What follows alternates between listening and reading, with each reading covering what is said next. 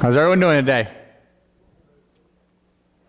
When I think it was junior high, I have a very clear memory. I'm not sure why this memory is particularly clear.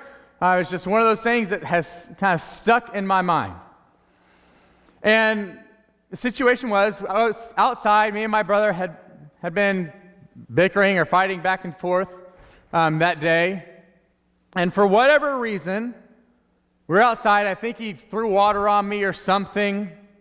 Don't remember exactly what caused it, but I snapped.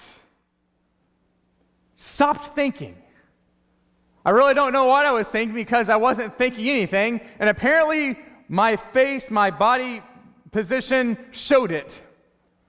Because my brother, who's about 20 months younger than me, took one look at me, got a look of sheer terror on his face, and fled. All I did was walk towards him.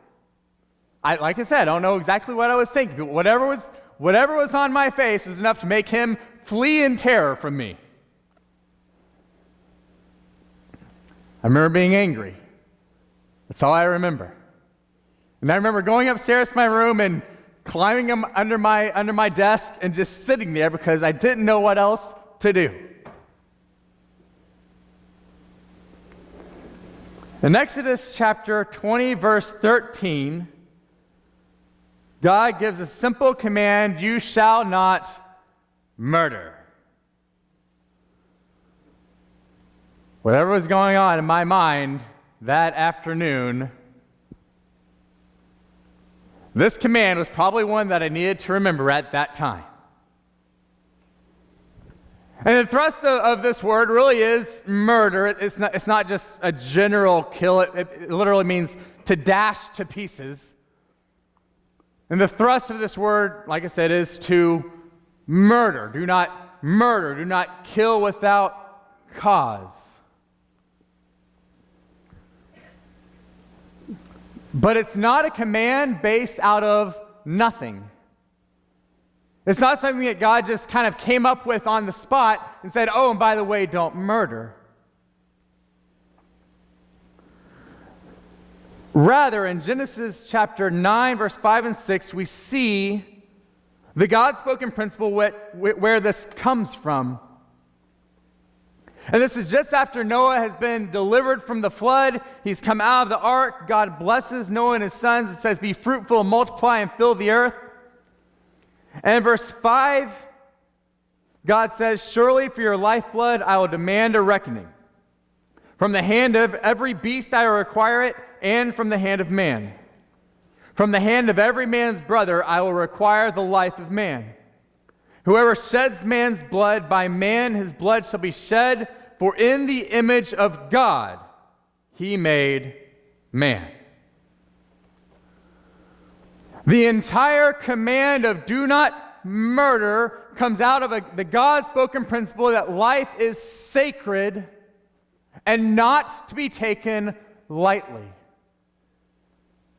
You cannot murder an animal the same way that you murder a human, because a human was made in the image of God. Now, please don't take me as saying, oh, well, you can't do anything wrong to an animal. You absolutely can. But murder in this context is for those made in God's image. And because men and women are made in the image of God, life is sacred and not to be taken lightly. If you can't tell, this is our theme for all this morning. Everything that we talk about, everything that we look at is going to come from this principle right here. This is the starting point for any discussion involving killing and for any discussion involving murder or killing of any kind. And I will admit that there is a difference in killings. Numbers 25, Deuteronomy 4, Romans 13. And there are instances where God deems killing as an appropriate punishment for an offense by an appropriate authority. But there are legitimate reasons for killing. Like we said, certain laws, certain consequences, certain punishments. But this isn't where we start. We don't start off by saying, oh, there are legitimate reasons for killing someone, so let's see how many we can come up with. That's not our goal. And if we start there, we're starting in the wrong place. Remember, the base principle of this entire subject is that life is sacred and not to be taken lightly. That's the foundation point from where we're starting from, as God said in Genesis chapter 9. And we recognize this method of teaching. We do it with our own children, right? If you have small children, you say, don't run into the road. We establish that principle first, right? When they're 1.5, 2, 3, don't go into the road, don't run on the road, you stay with me, you hold my hand, we will go together. You don't run off in the parking lot, you don't run off in the road. Now, are there possible exceptions to running into the road? Yes? No? I would hope that we could say, yes, there are exceptions to running into the road.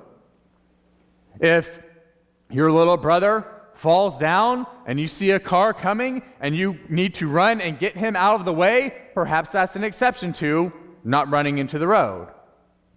But we don't start with that, do we? Here's all the times where you can run into the road. Oh, by the way, don't run in the road.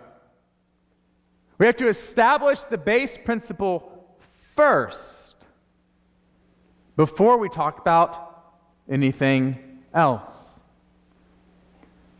And for us as people who follow Jesus, for us who follow God's will as we see in Scripture, our base principle when it comes to human life is that life is sacred and not to be taken lightly. Unfortunately, our culture has largely lost the idea of the sacredness of human life.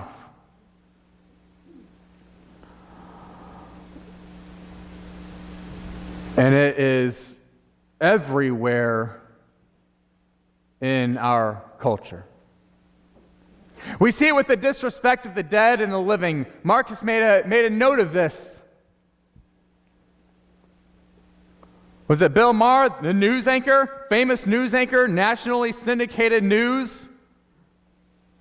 Well, I hope Cox's death was painful. I'm not going to say the other thing he said. It's not appropriate for in here or anywhere. Wishing death on our political enemies or ideological enemies, hoping for pain and suffering for others.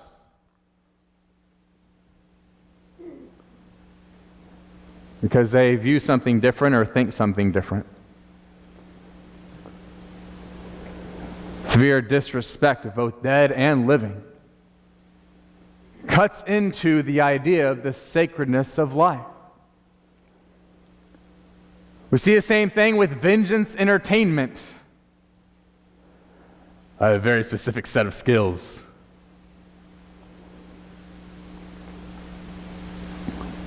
Several years ago, the movie Taken. That was good. He got them. He took out those bad guys. He gave them what they deserved. Well, perhaps. But is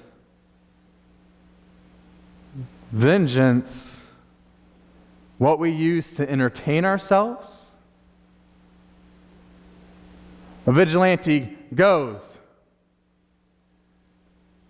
kills, tortures, abuses others of the human race.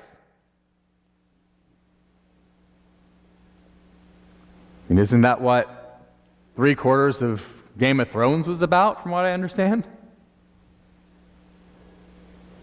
One of the biggest shows ever in the history of television? Fueled with vengeance and hatred and murder and death and destruction. And we call this entertainment. All while it eats into our concept of the sacredness of life because we're made in the image of God. We see this with support of endless war. And not war because we were attacked, but war because, hey, we can go do that. And I'll say right now, there is a difference between supporting endless wars of choice and supporting the troops. Those two are not mutually bound. But it causes death and destruction to others. And the more we make ourselves fine with that, again, the more we eat into the idea of the sacredness of life. See this with the euthanasia debate going on, well, that has already come through Europe and is making its way here. Has already made its way here. Well, their life isn't worth living anymore. Well, they're too big of a burden now. They don't want to live, so we'll just kill them.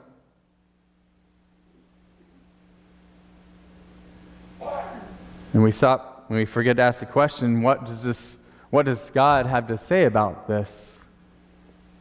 We see the same thing in the abortion debate.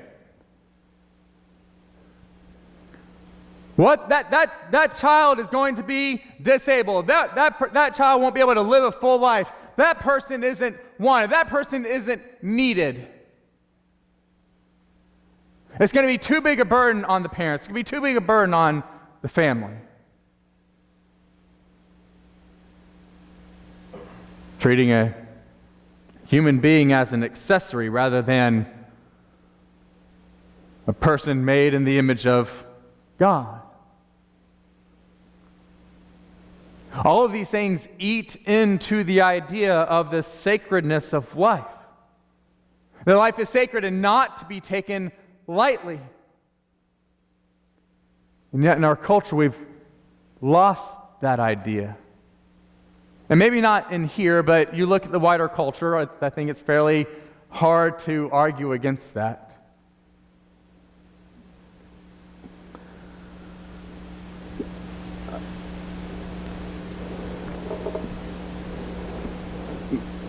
Because when God says, do not murder, we say, great, I can get behind that, no problem. We won't kill people without cause, right? We won't kill people in cold blood.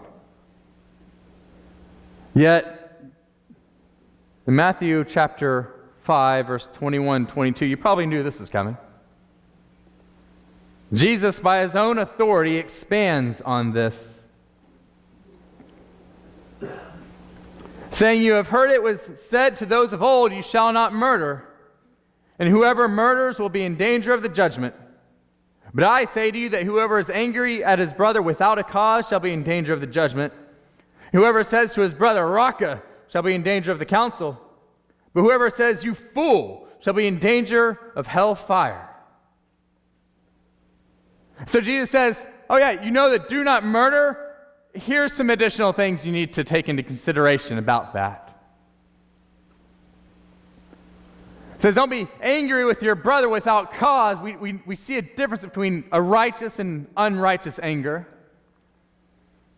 If someone attacks you, abuses you, wrongs you, sins against you, we can feel the emotion of anger, right? Right? We can feel emotions, yes? We can feel emotions because feelings aren't facts, but there's a difference between a righteous anger against sin or against being sinned at. And there's another kind of anger that bleeds into an unloving hostility of that person. That person, oh, you won't believe what they did this time. I'm done with them. They're out. Nothing to do with them. I don't care about them anymore.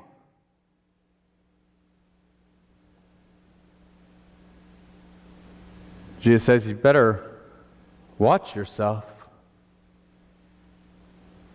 He says, call someone Raka, you'll be in danger of the council. That's not a word we use. I mean, I've never heard anyone, insult, well, Raka. Huh? What's that? And so I looked it up, and Raka really means empty, worthless. It's an utter vilification of another person. They are utterly vile. You worthless person. He says, you better watch out.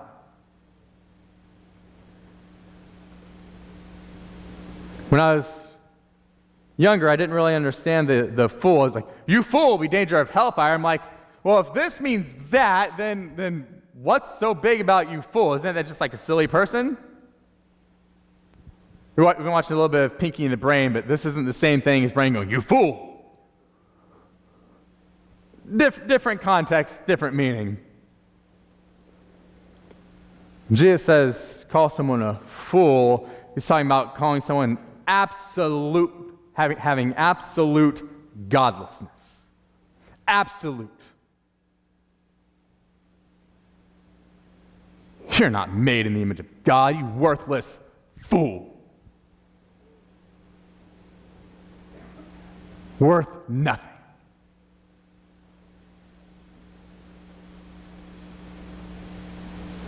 See, these terms are a big deal to Jesus because they are loaded terms.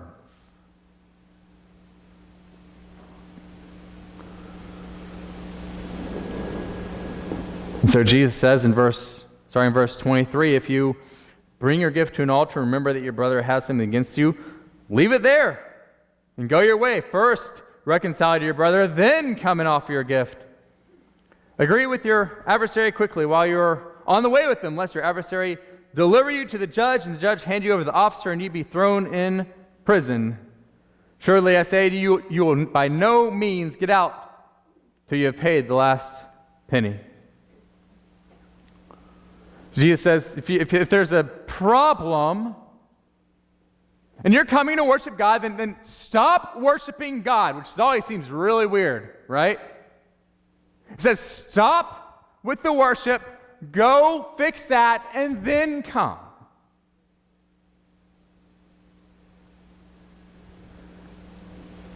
And while we can't make someone reconcile with us,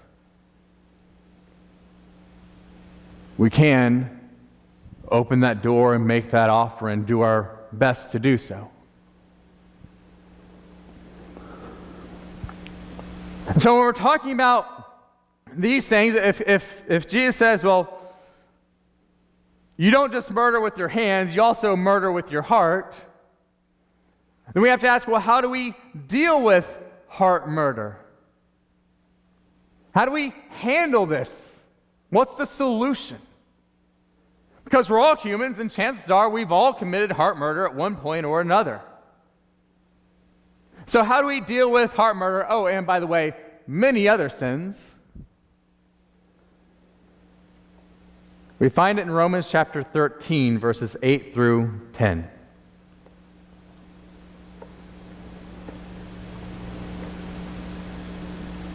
And Paul writes to the Romans, owe no one anything except to love one another. For he who loves another has fulfilled the law. For the commandments, you shall not commit adultery, you shall not murder, you shall not steal, you shall not bear false witness, you shall not covet. And if there's any other commandment, all are summed up in this saying, you shall love your neighbor as yourself. Love does no harm to a neighbor. Therefore, love is the fulfillment of the law. And so the answer to heart murder, well, the answer to the second half of the Ten Commandments is to learn to love our neighbors as ourselves. And this is not a, oh, well, okay, no problem, easy, done. This is hard, right? To love people as we love ourselves, that takes work. Tell me I have to work at this? Yeah, because I have to work at this. We have to work at approaching every situation, every person with love and respect. Because they were made in the image of God just like we were. For those who deserve it and those who do not. For those who agree with us and those who do not. For those who love us and for those who hate us.